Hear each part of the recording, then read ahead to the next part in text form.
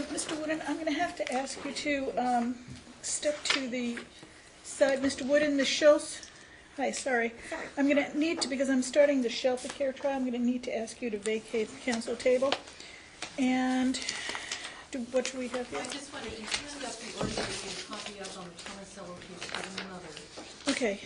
Because you were ready to sign off. I think I signed it. Didn't I sign it? No, we took it to make a I copy. thought I signed it. Did you already? Oh, you're correct. I was quick. I was thinking, All right, very good. No, I think we're good. Okay, very good. And Fichenko, if the parents would please take a seat at council table so we can proceed. And just check something out.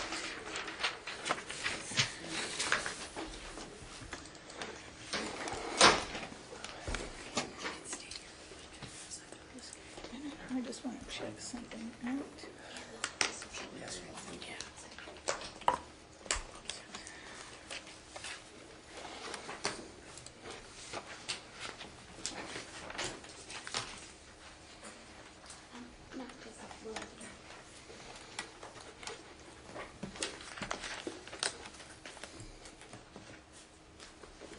Okay, very good. Okay, and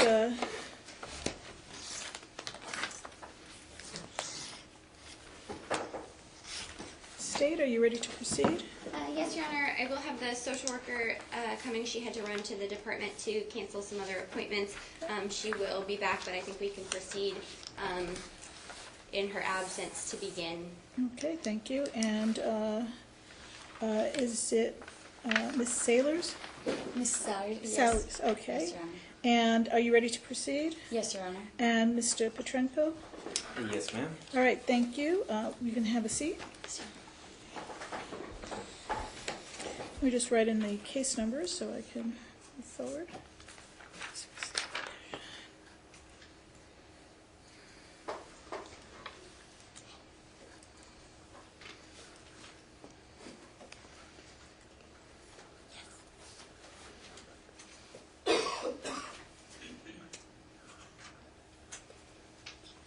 Okay, and Ms. Yamin, any pretrial motions?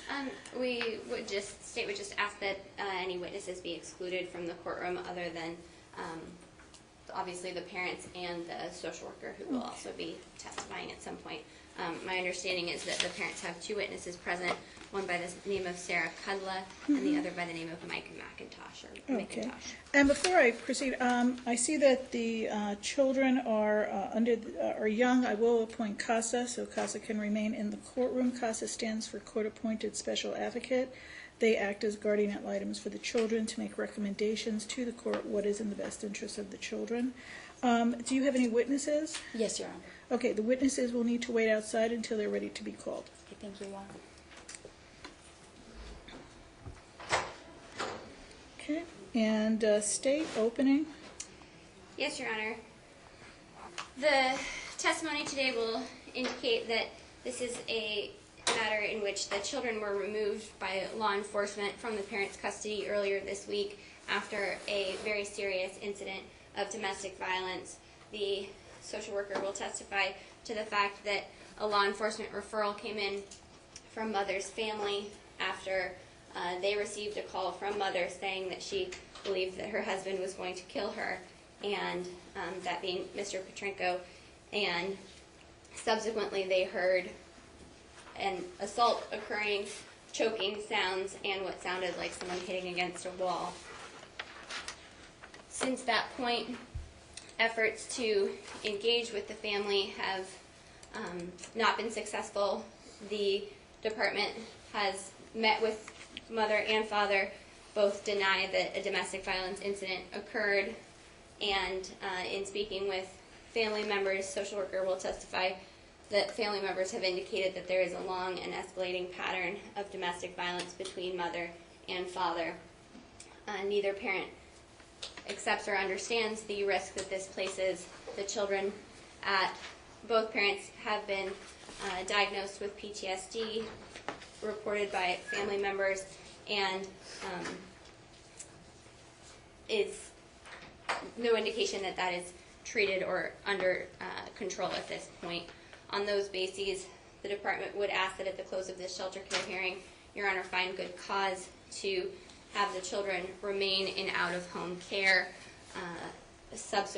pending the fact-finding in this matter, on the basis that the child has no parent, guardian, or legal custodian to provide supervision or care, and the release of the children would present a serious threat of substantial harm to the children.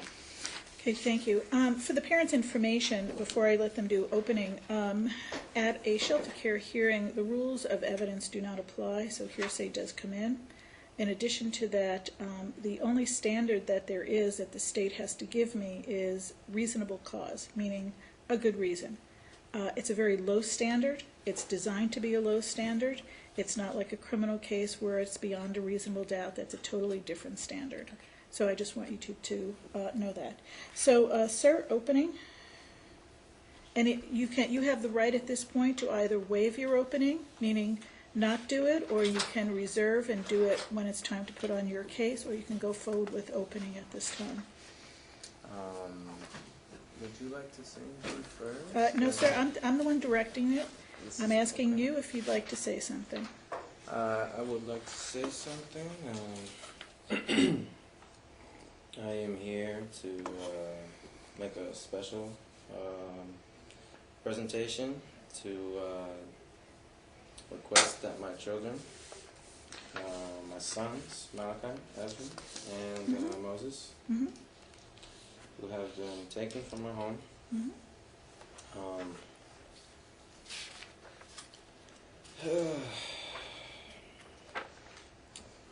my family has been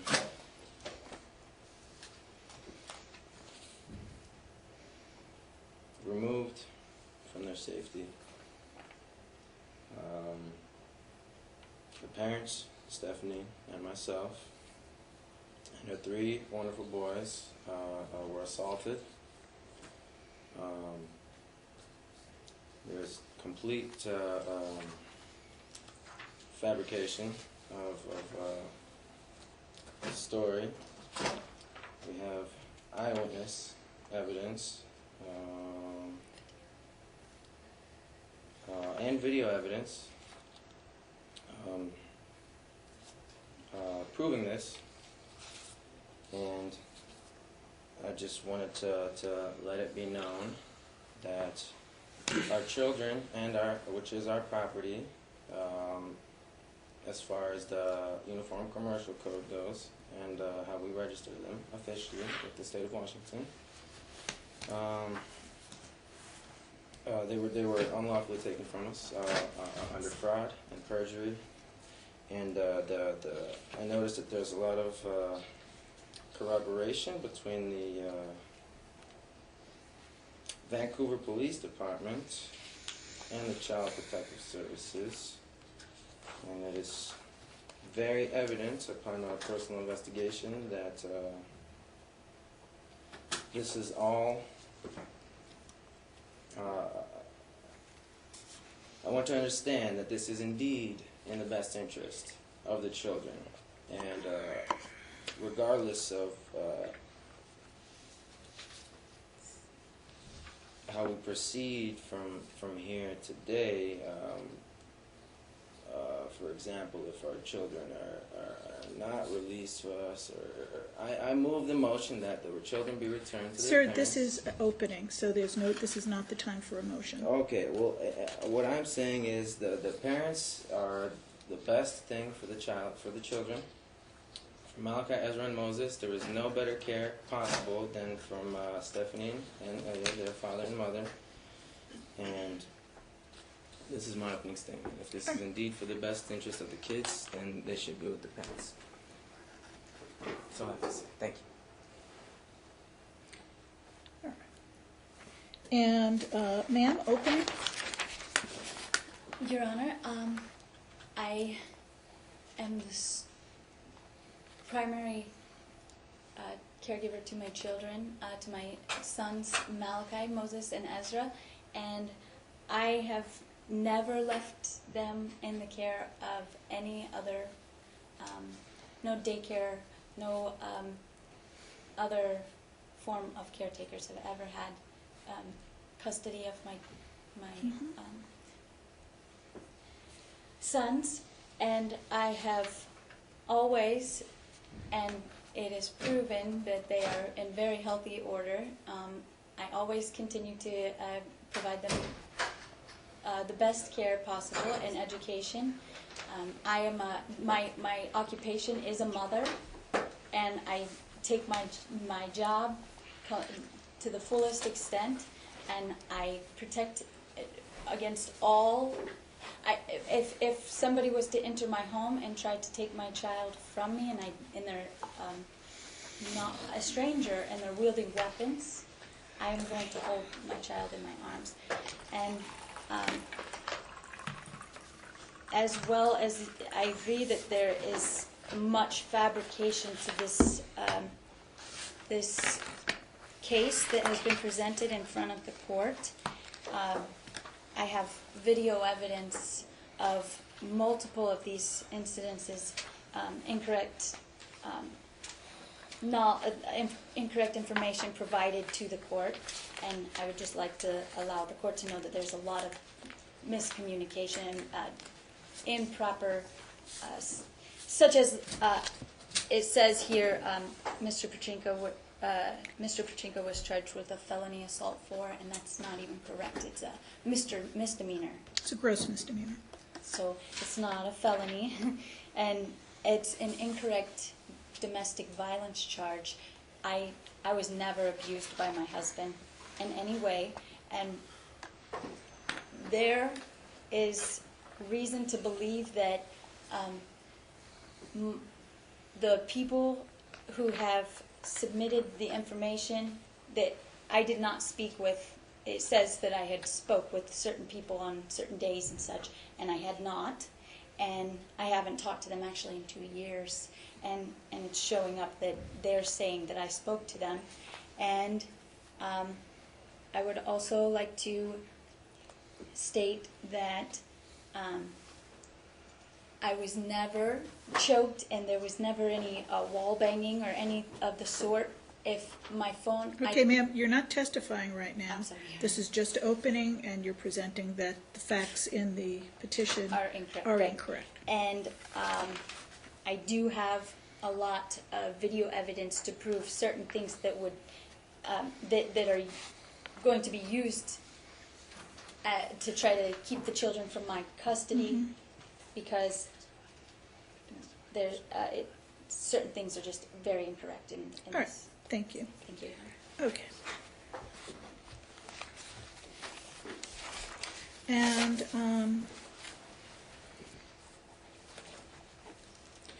first witness, please. Yes, the state calls the father, Ilya Petrenko. Okay, Mr. Petrenko. And raise your right hand, please. Do you promise to tell the truth and nothing but the truth regarding this incident? Absolutely. Okay, please take your seat. State your name, spell your last name for the record.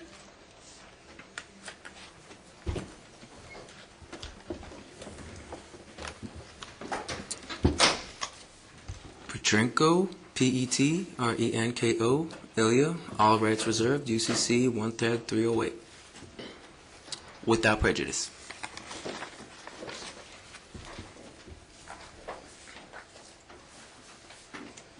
Morning, Mr. Petrenko.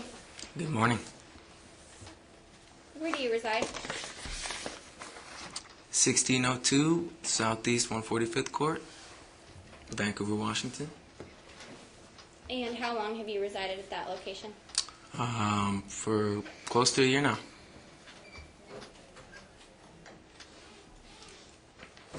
Who resides at that location with you? My family. Stephanie, Malachi, Moses, and Ezra. And when you say Stephanie, is that your wife, Miss Sailors? Yes, this is my wife. How long have you been married? Over 6 years.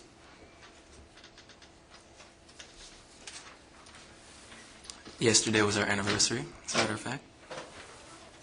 And And sir, you don't have to speak directly in there. The microphone will pick Oh, up.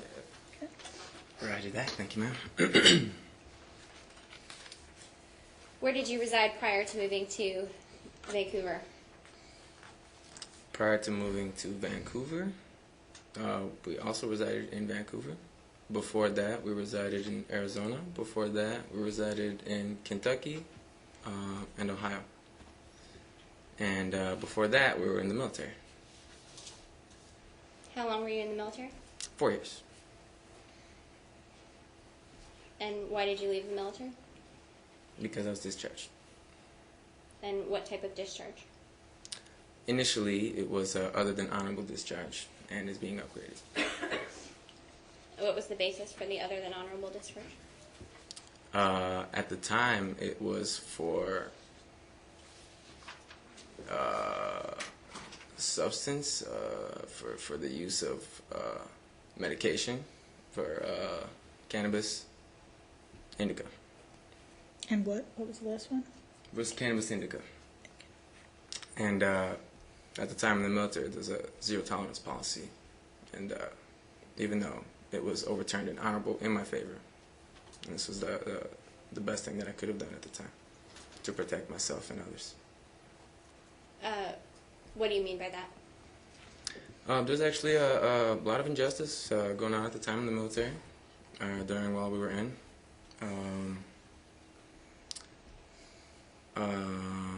Just curious, what does this have to do with the case right now? Sir, you don't get to ask the questions at this juncture. Go ahead. My bad. So what was the question?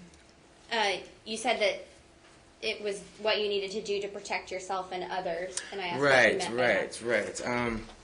So that in the military, especially if you've not been in yourself, there's particularly in boot camp so much that goes on that you could literally write an entire book for an hour that goes by, for a day that goes by, and it's a very particularly designed system that has been practiced over centuries, and it is as to keep complete control over everything that goes on. For example, I was exposed to a lot of illegal activity in which constantly goes on, even to this day. When I tried to defend myself, things got very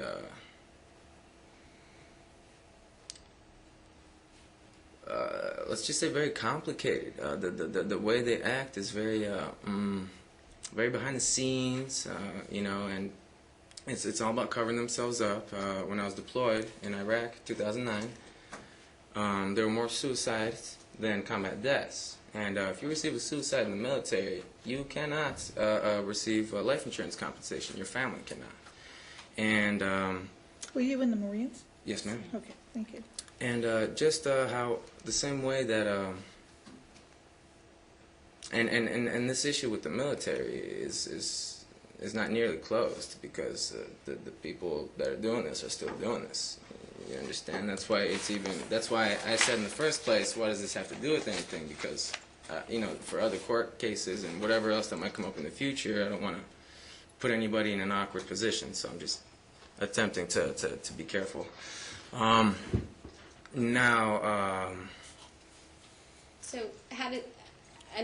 still a little confused how that related to your cannabis use. Oh, because what happened was they started trying to. I started letting them know all the various illegal activities that were going on, and as soon as you start speaking in such a matter, because of their system, you instantly start to stick out like a sore thumb, and that's when they instantly start throwing all kinds of charges at you and all kinds of paperwork at you in any way, shape, or form, in order so that they may build any type of case against you to ruin your character, to ruin your name. All my promotions were meritorious. I had many countless awards. I have almost 4 years of college credits simply from filling out Marine Corps Institute books, which is an education system they have there. And then all of a sudden, in the flip of the switch, as soon as I get back from Iraq, all this random behind-the-scenes stuff starts to occur. I attempted to see a counselor, and I attempted to talk to people for my safety and to how to deal with the unit and the command. I even requested to go home on leave in order to get time to sort of, see what the heck is going on and why things are heading whichever direction. I went on leave, got approved by the commanding officer, and they charged me UA, What's UA? unauthorized absence. Sent letters home to my family saying I was a fugitive. My dad had a heart attack as a result of this. And they were doing all this as a result of the mysterious happenings because I started to speak out about the statistics and all the illegal activities that were going on. I did turn myself in once the command had changed out.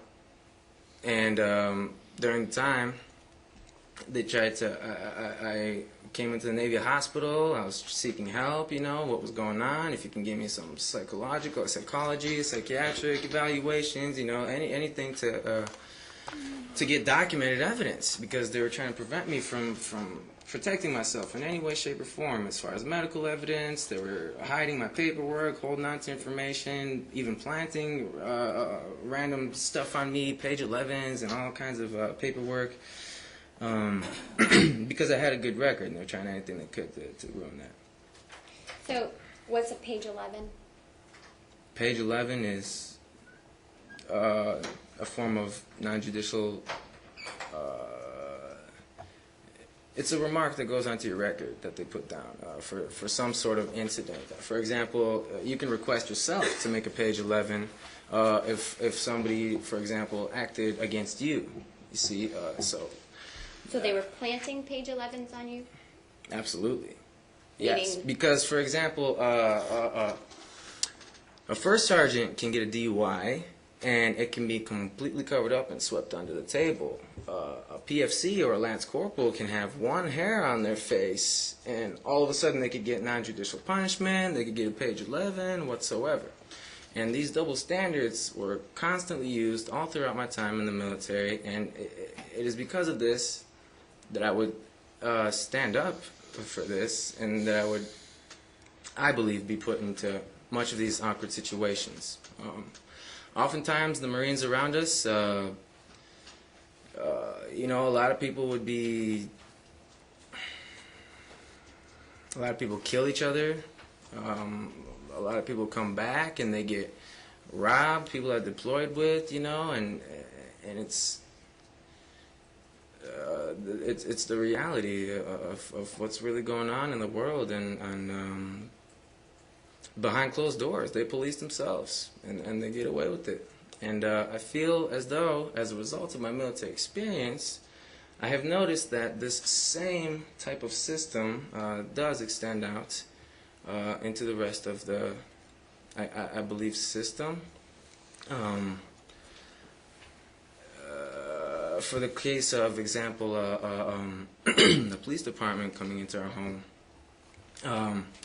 apparently there was a National Guard member who was also a police officer on the side, and he was the one particularly there who had his pistol at the ready and everything, you know, like he was trained. And So we'll get into the incidents more recently in a minute, but I want to go back to a couple of the things that you said, that you went to a Navy hospital asking for a psychological evaluation. Yes. For your own health. yes, And absolutely. what was the because basis for that? The basis for that was because they were they were attempting to obscure my name and try to say that I was in some way, shape, or form crazy or incompetent, whatever the case might be, because they're trying to defame my name.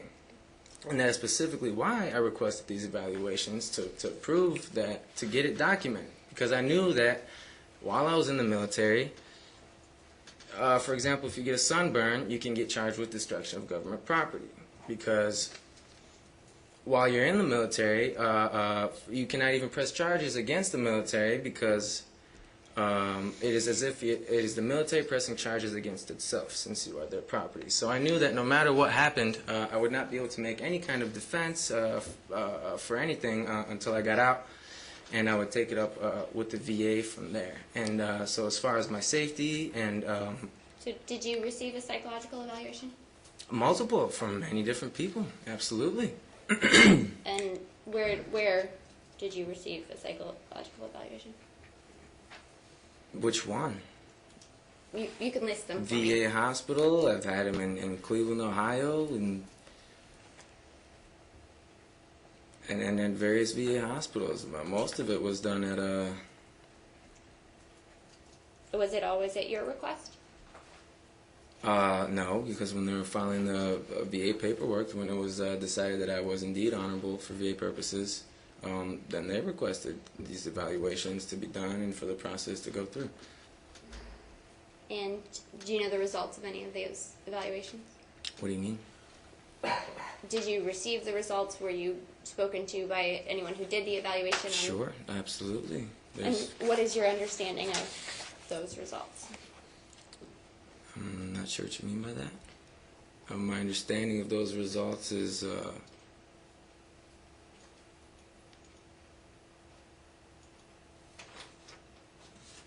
what do you mean? So, were there any diagnoses, recommendations? I was diagnosed with post-traumatic stress disorder. And when was that? It was diagnosed different times by different people, most significantly by, I believe it was Kristen Stewart or Adams or something. This was a long time ago. Can you give me a rough estimate of how long ago?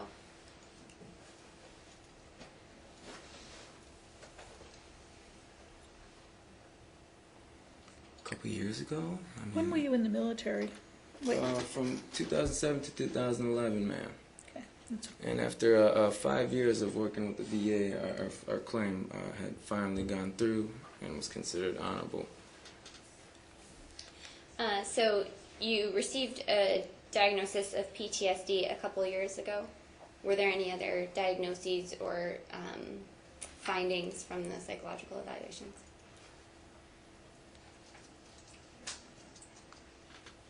If I could pull up the documents, I'm sure I could give them to you right now. You know, I can't just come up with this off at the top of my head, to be So honest with you. Nothing that you recall. At this very moment, I cannot tell you. Cannot say. Okay. And what was the underlying basis for the PTSD diagnosis? What do you mean? Were you having symptoms or things like that that were indicative of PTSD? Could you explain that in a different way? Do you know why they thought you had PTSD? Because I was treated unjustly. Okay. And then from that unjust treatment, I was going through all kinds of symptoms, and they tried to put me on all kinds of various medications. so let's go through the symptoms first. When you say all kinds of symptoms, what do you mean by that? Well, most significantly was sadness and depression. And this was because of all the injustices, indeed, that were being committed and going on at the time. Okay. Any others?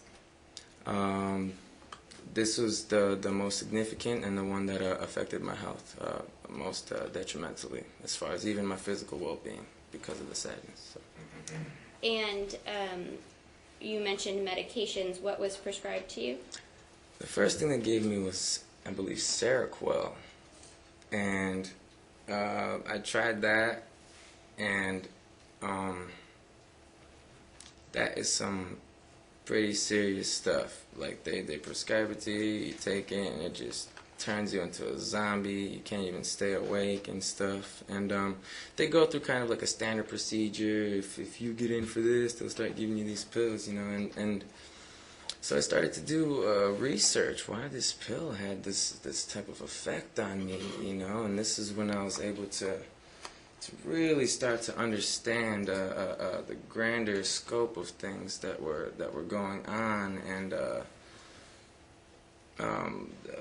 why they were treating people the way they were, how they were protecting themselves from people that were finding out about these various issues, like why there is more suicides than combat deaths, and many various other things that go on that I just can't get into right now. There's no time, and it's not the place for it. But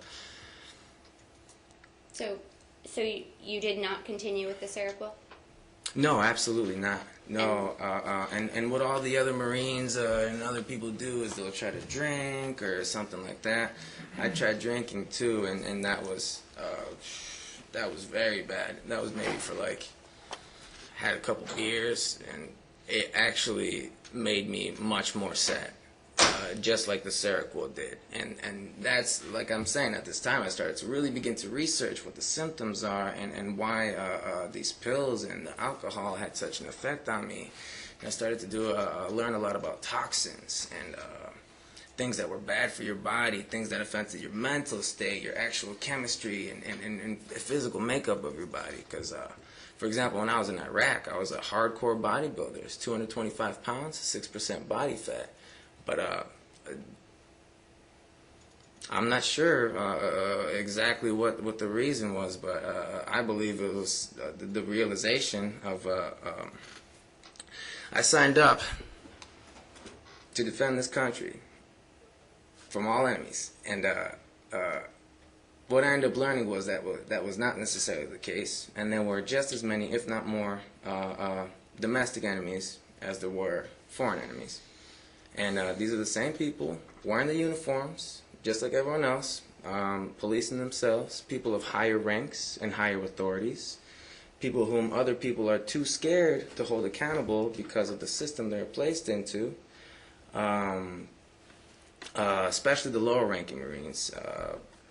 And it's common practice that with... I want to interrupt you and go back to the track that we were on with so you mentioned that you were prescribed a number of medications. So we talked about Seroquel, that you tried it, and then you discontinued taking it. What else were you prescribed? I don't really remember. They tried to get me some other stuff, and this was years ago, and I started to do research on what all the various pills have to do, and all their toxins and the effects. So and then you don't remember any of the other medications you were prescribed? Long time ago. I just remember Seroquel in particular. That was Move very on to the next significant. question, Okay. please. So we got on this track because you mentioned the dishonorable discharge based on cannabis use. Yes, That's absolutely. It's not dishonorable. But it's not dishonorable. Right. So, Excuse me, Sorry. we don't interrupt. Sorry, other than honorable. other than honorable. Very, very big difference, actually. Excuse me. So the other than honorable discharge based on cannabis use. When Yes. did you begin using cannabis? This is after I realized the even worse effects that these other various drugs that were being introduced to me by the official health department of the VA at the time were actually seriously harming me and worsening my condition. So I started to research what actually would help my condition. And I started to learn a lot of information about cannabis and how it was been in society for thousands of years. So How it was. roughly how long ago did you start using cannabis?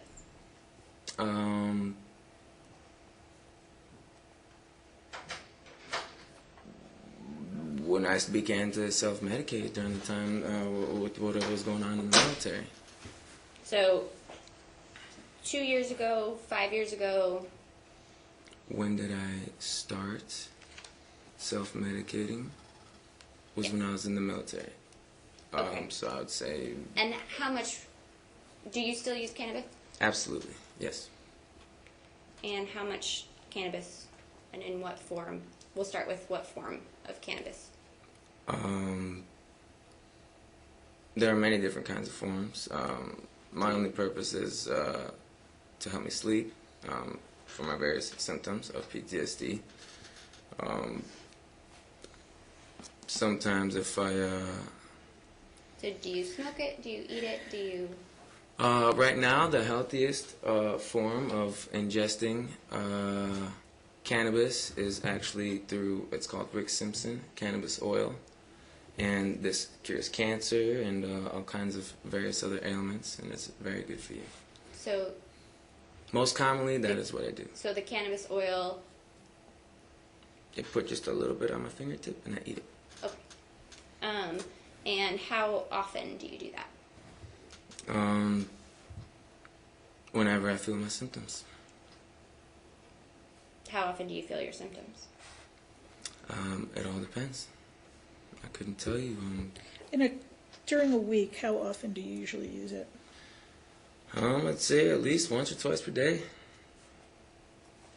Usually in the morning and in the evening time, upon waking and going to bed. So you mentioned you use it when you feel your symptoms. You mentioned for sleep.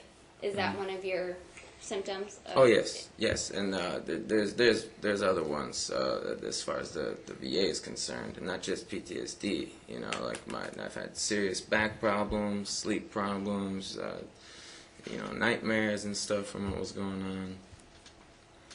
Other than the sleep problems and the nightmares, what are your other symptoms currently of PTSD? I was just sometimes I'll have body aches and stuff, and sometimes I'll be sad. Especially since we have ongoing case and stuff going on with them. You know, it's like, for example, if your kids are taken away from you and you feel it is completely unjust, you'll be sad. So, you know. You mentioned sadness and depression. Have you ever had any suicidal thoughts or attempts? There has been times, especially when you're put into situations where you feel like there is nothing you can do. There have been times, especially while the VA was not hearing us at first, where I literally had called in, for example, to Military One Source just to talk to somebody because I would get very, very, very sad, and because I felt like the full the weight of the anvil of unjustly receiving the other than honorable discharge, and the VA acting as if we were some sort of criminals, and our family not knowing what was going on because they received a letter saying we were a fugitive and all this other stuff, which in the long run did end up getting overturned after all. It's just there are times in people's lives when you are put under much more stress than you normally would, and that was certainly one of those times. So it's I would not necessarily.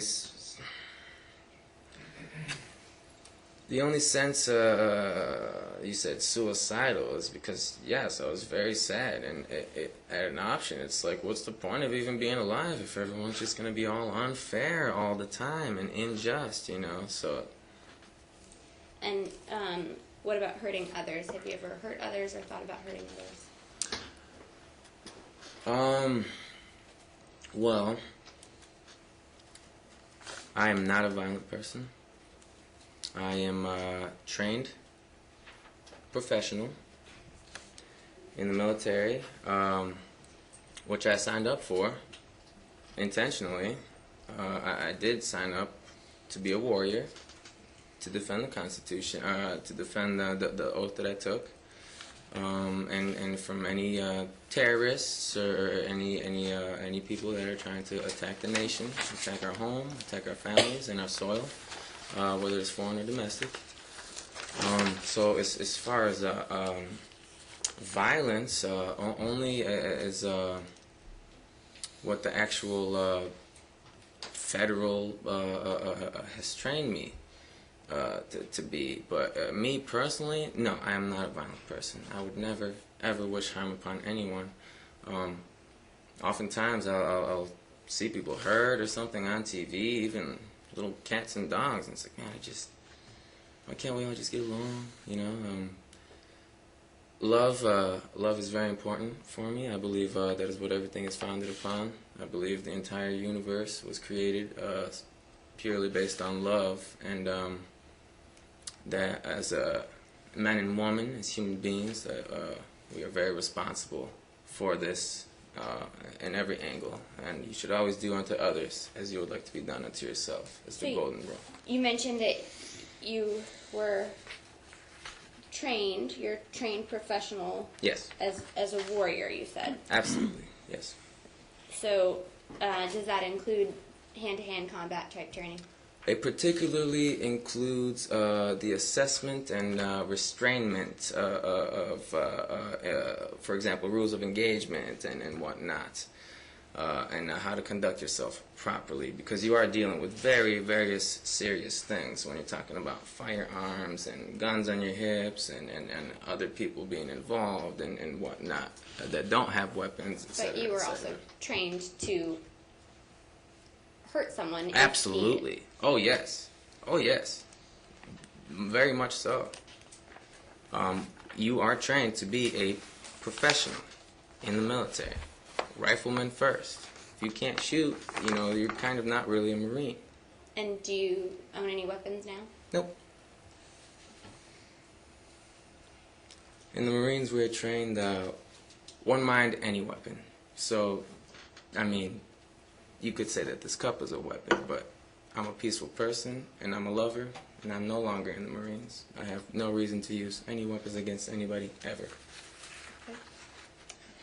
So when my family was assaulted, I was put under a lot of pressure to defend my family, but deadly force was used against me in order for the men to assault and molest my wife and children and myself. And I just wanted to be very clear that don't think I could not have defended myself. I specifically chose not to because I am a peaceful person, and it is starting to become very clear and more evident that everybody's just trying to protect themselves and their own interests. Even the police department that was there at the time. When you go on to as far as a person-to-person level, I understand they came there, they responded to the scene, but as soon as we let them know multiple times on all of their requests that everything was okay, Stephanie said everything was okay, I said everything was okay, they asked to show their hands, and as soon as they would show their hands and everything, they would go away. There were multiple times where we did what was requested, and police officers still would not go away, and when they broke they continued to harass us, and they destroyed our So, property and broke into our home. I do want to discuss those events, but I want to go in order so that it makes sense. Mm-hmm. So, what's the date that you're referring to? What are you talking about? This incident that you're talking about. The police that came over? Yeah, what was the date? February 16, 2016. Okay. So I want to give you, if we're going to be talking about that at this juncture, sir, my understanding is that you have criminal charges pending in district court in an assault in the 4th degree. So when you're talking about the incident, if you choose to talk about the incidents, please be aware that anything you say can and will be used against you in a court of law. Absolutely. So you do have the right, if you wish, to take the Fifth Amendment when you're talking about the particular incident so that you don't have to make any statement that could be used against you, because we are being recorded and it would be... Okay, and I do agree. Everything said in this court case can and will be used in any other courts that is needed as documented evidence Right. for myself as well as any other parties. Okay, I'm just talking also about more in particular the specific events, if Ms. Yuming gets into it regarding you and Yes, your wife. thank you. Okay. I And- really appreciate that. As was indicated previously, you do have the right to an attorney who might be able to advise you regarding what you could Correct. or should Okay. not say in terms of your Fifth Amendment rights. So is that something you're still asserting? As far as some sort of pending court cases, I'll plead the fifth not to speak anything of it right now. Okay. So I will continue to ask questions. You can choose to say I plead the Fifth to any of the questions that I asked. Okay. Correct. So February 16th was the date that you mentioned. Did you and your wife have any kind of argument that day? I was making a cup of cocoa. the day before. I paid for something on a video game, and rent had just gone up $100. So Stephanie said, "Oh, you're not gonna make your cocoa unless you get this squared away." So as I was holding it, she reached for the cocoa, and it ended up, because the surface was slippery, I just poured water into it, and it was on the countertop. And I think she was on the phone with her parents or something at the time. And the cocoa that I was making, the jar ended up falling on the ground. And basically, from what I remember, is very shortly after that, we had police knocking on our door. And apparently, I was charged with assault. And So, you were making a cup of cocoa. It spilled, it sounds like? yes, it fell, it shattered on the ground. And I was like, hey, you know, watch out for my cocoa, and I gotta clean this up and stuff, you know, so. And Miss Sayers was on the phone with her family at the time? Is that Yes, what you said? I think she was on the phone with her mother, or it would be my in-laws. And so, at that point, had you hurt her in any way? Other than the cocoa dropping on the ground and making a lot of noise, absolutely not. I did not hurt anybody in any way, shape, or form whatsoever. Do you know any reason why she might have said that to her family? I do not believe she said that to her family in any way, shape, or form. I did not hear it. I was there the whole time. Do you have any reason to believe that she said that she believed that you would kill her? Absolutely not. I believe that a statement like that could only possibly be fabricated by somebody else, because there's no way that my wife or my family would say that. And this is just coming from me, you know, based on how I know my family. So. And did she at any point drop the phone? I think while the cocoa fell down, because I don't remember if she reached with one of the hands. I think she was holding Mosey in the other, or something like that. I'm pretty sure the phone actually fell at the same time as that. And any reason why the family would have reported hearing a choking sound? I do not know anything about a choking sound. Apparently, I found out that my wife was strangled by one of the police officers to the point of blacking out. And upon awakening, noticed that they did this specifically knowing that I was filming. So they moved her, with deadly force, held me down on the couch, and then made Stephanie, they assaulted her and pushed her off to the side, out of earshot and sight of the camera. So I didn't even know about this at the time. So apparently, So it's your belief that the police choked your wife, that was not you who choked your wife? I did not choke my wife. No way. No way. This is just some sort of fabrication somebody made up. I've reviewed a statement.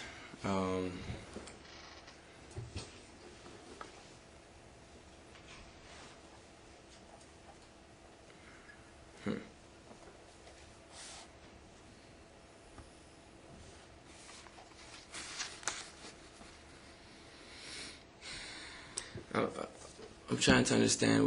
Was there a question? Or what was the Ask last another thing you question, said? please. So, at any point in the past, prior to this date of February 16th, have you and your wife had any arguments that became physical? No, absolutely not.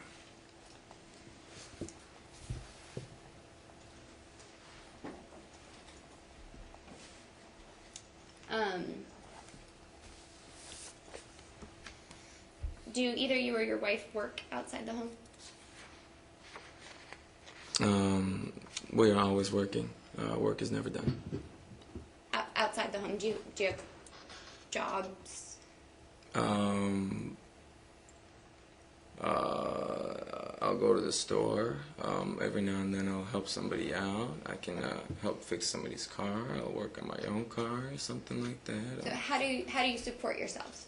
How do you pay your rent, food? We are provided by the VA a certain amount each month, and this is allocated towards our family's needs, towards the children's needs, towards Stephanie's needs. It pays for the rent and the food. And are these your VA benefits or hers? These are my VA benefits. Stephanie's. These are my VA benefits at the time. Does she qualify for VA benefits that you're aware of? I plead the fifth on that. But absolutely, yes.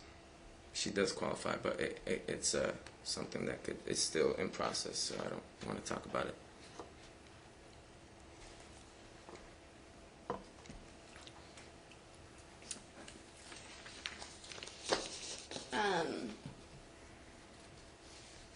Who makes the decisions in your relationship? Pretty much all of our decisions are joint. If Stephanie is not around for any reason at the store or whatnot, obviously I make the decision. If I'm not around for whatever reason, Stephanie will make the decisions. But whenever we're together, we always make joint decisions. Because this isn't, I feel like that's the best way to move forward with anything. So would the same apply to care of your children? Absolutely. If I wanted to take care of my kids a certain way, I would have to tell my wife. You know, this is a joint decision. So yes, of course. Okay. And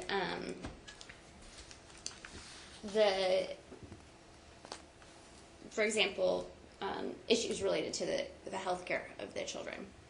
There are no issues with their health care. And by that, do you mean that they've been checked out and everything's fine?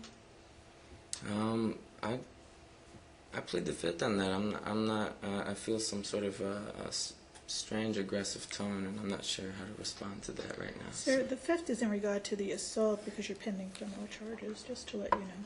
So, Okay. Go ahead. Okay. So, have your Nice. children been to the doctor? I'm not going to respond to that question. Okay. Next question. And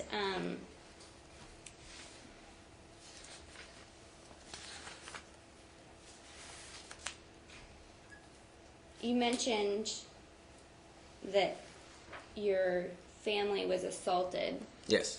by the law enforcement Yes. officers. What do you mean by that? They broke into my home and they assaulted my family. What do you mean by that? What do you mean? What do I mean by that? They broke law into my enforcement- house why did and law they enforcement assaulted come my to you? family. I saw them jerking my baby out of my wife's arms, putting their hands on her, ripping her hair out, and doing all kinds of stuff right before they even took it behind the camera. And the whole time I was prevented from being able to do anything about it and from defending my family with the threat of deadly force, with the threat of being tased. Did anybody ever say to you that you were going to be tased or injured or hurt? Yes, absolutely, and I have that on video. Okay. Do you have that video with you? I do. Great. Do you have it in a format that we can view? I have it on my cell phone. Okay. If it's agreeable to the court. Go ahead.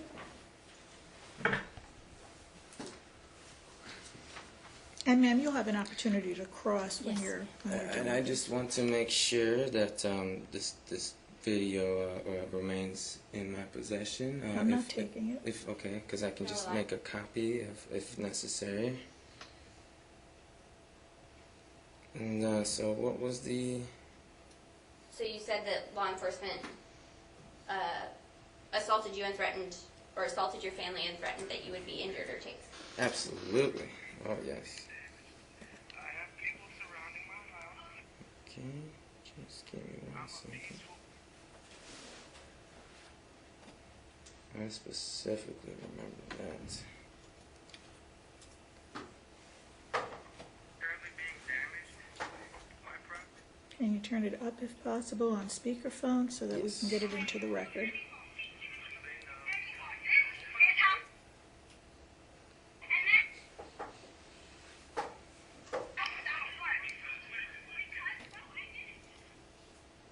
I don't know if we'll be able to see it, but we will be able to hear it, because we don't have the ability. Yes, Your ma'am?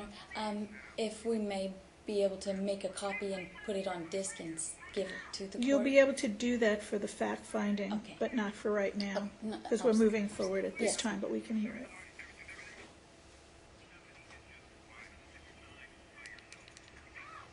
Provided it meets all the evidentiary rules for presenting it. It was right before he jumped in the window is when they were trying to tase him.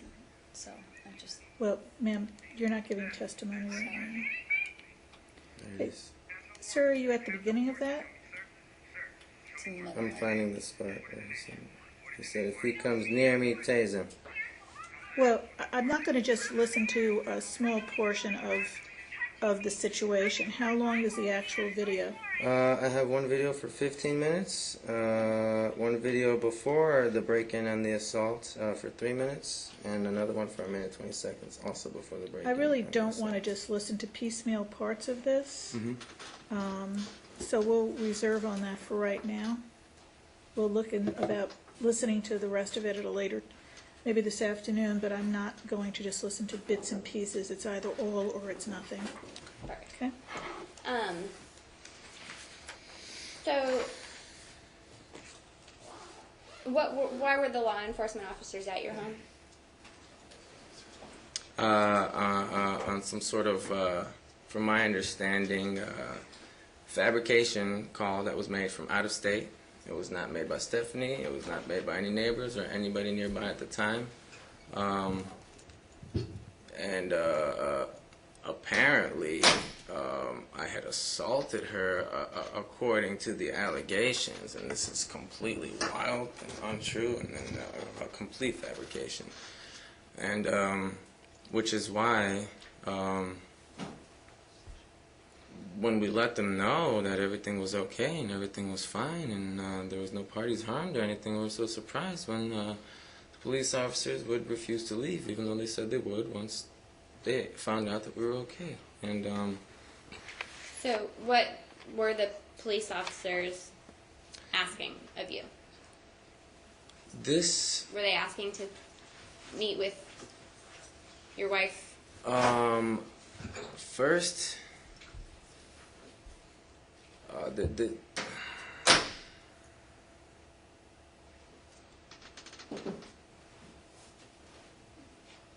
I'm trying to understand.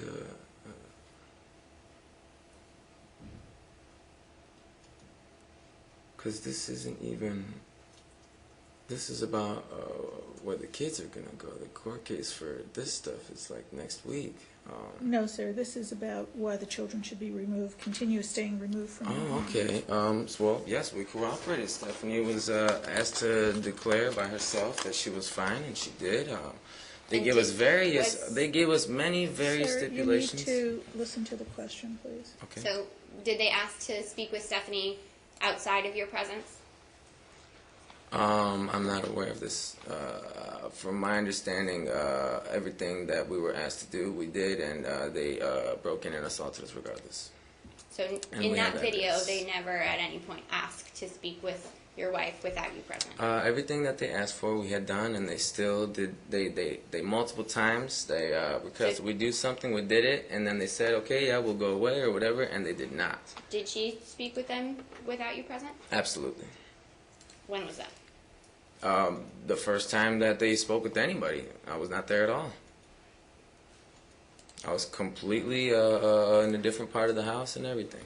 And did they ask to check on the welfare of the children?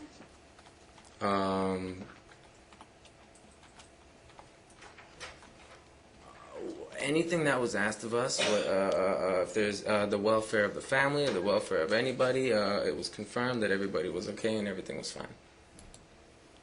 So, did you allow them to see all three children? Everything that was asked of us, we confirmed, and we. I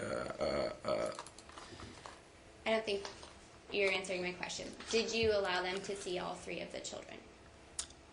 Absolutely. All three of the children were seen, my wife was seen, and myself were seen, and it was seen that we were all perfectly fine and nobody was harmed. Yes. And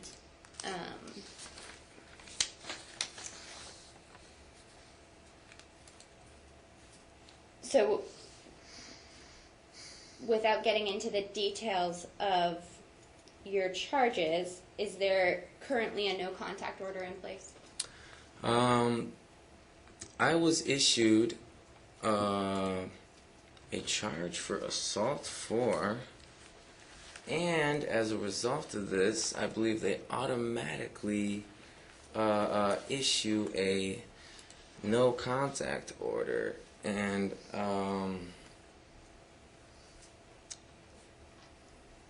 I find that very interesting because it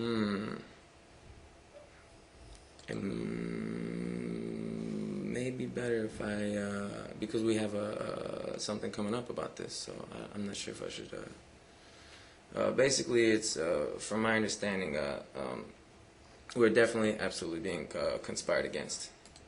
By whom? And, by the Vancouver Police Department, and we will file a claim against them for that. And what?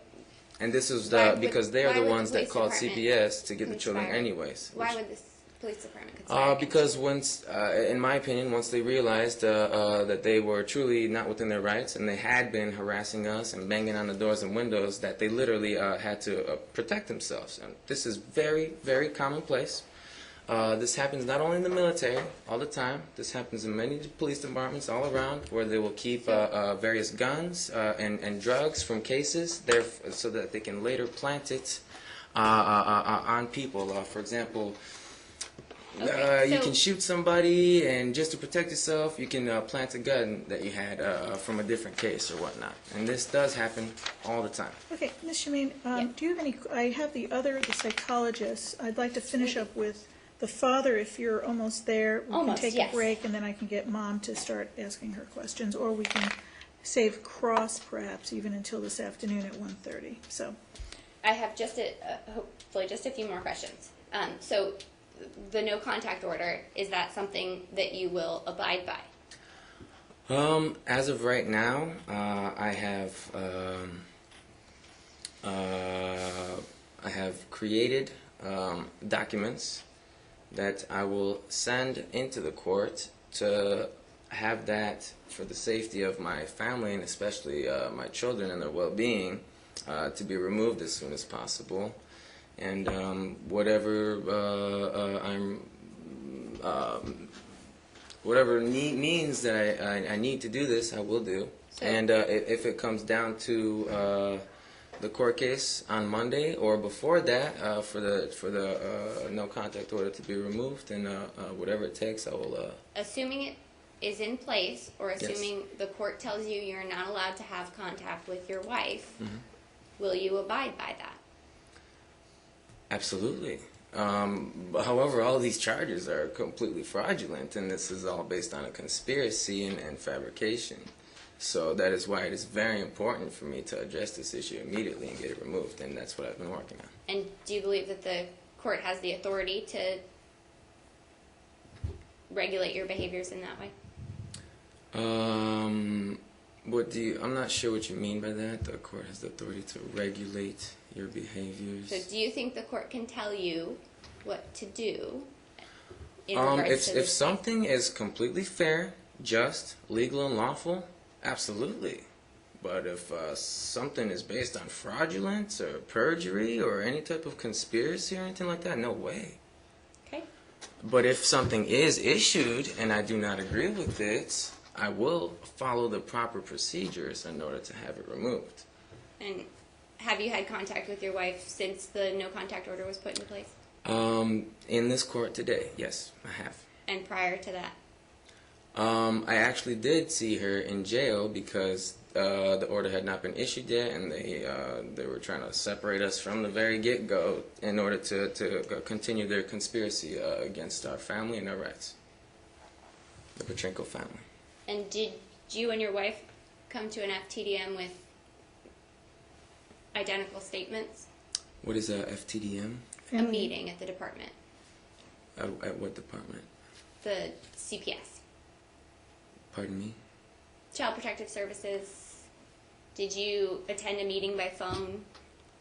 Oh, yes, I did. I did attend a meeting by phone. And I was did an you authorized have a- representative. A statement that was identical to that of your wife? No, no way. I don't even know what kind of statement my wife had, to be honest with you. We just got into the courtroom here today. I do know, however, that before we were separated and removed, that we have extensively studied certain things. And so if there was some sort of case that... So, I'm not even sure what you're talking about. are you allowed to reside in your current residence? No, I'm not. And why is that?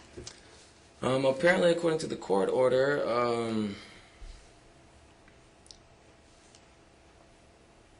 I can make one third-party contact in order to go home and pick up my things, and then third-party contact for visitations from my children. But regardless, all of this is based on So fraudulence, do you have a- statements, on Wait, perjury, and sir, on conspiracy. let's just answer the question. Do you have a place, a safe, I have multiple stable places. place where you Safe, could stable, have absolutely. the children placed with you? Yes. Where would absolutely.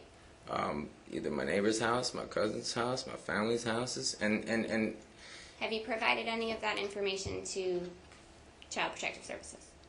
no, Child Protective Services has also not provided me with any information. They have not provided me with any charges. They have not provided me with any type of... Were you provided with the petition? Today, yes, 5 minutes before the hearing Were you started. invited to a family meeting to discuss the information and possible placement of the children? Yeah, and I had to find this out on my own, and this was right after I was released from custody, which I should have never been in the first place. And what was the question again? I think Okay. you've answered it. Any further questions? No, I think. Okay. So what I want to do right now is, it's 10 to 11. I do have another witness from a different case I need to take. I'm going to take a recess with this case, and we're going to come back at 1:30. It will not be here. I want to be very clear about that.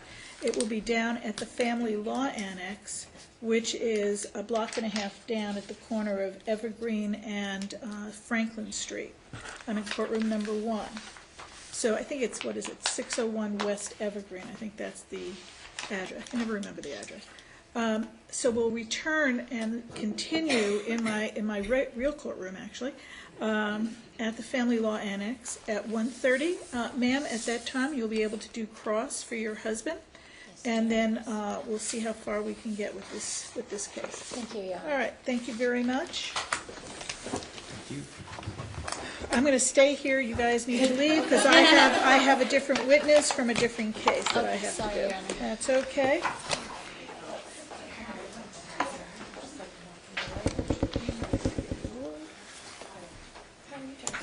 Okay.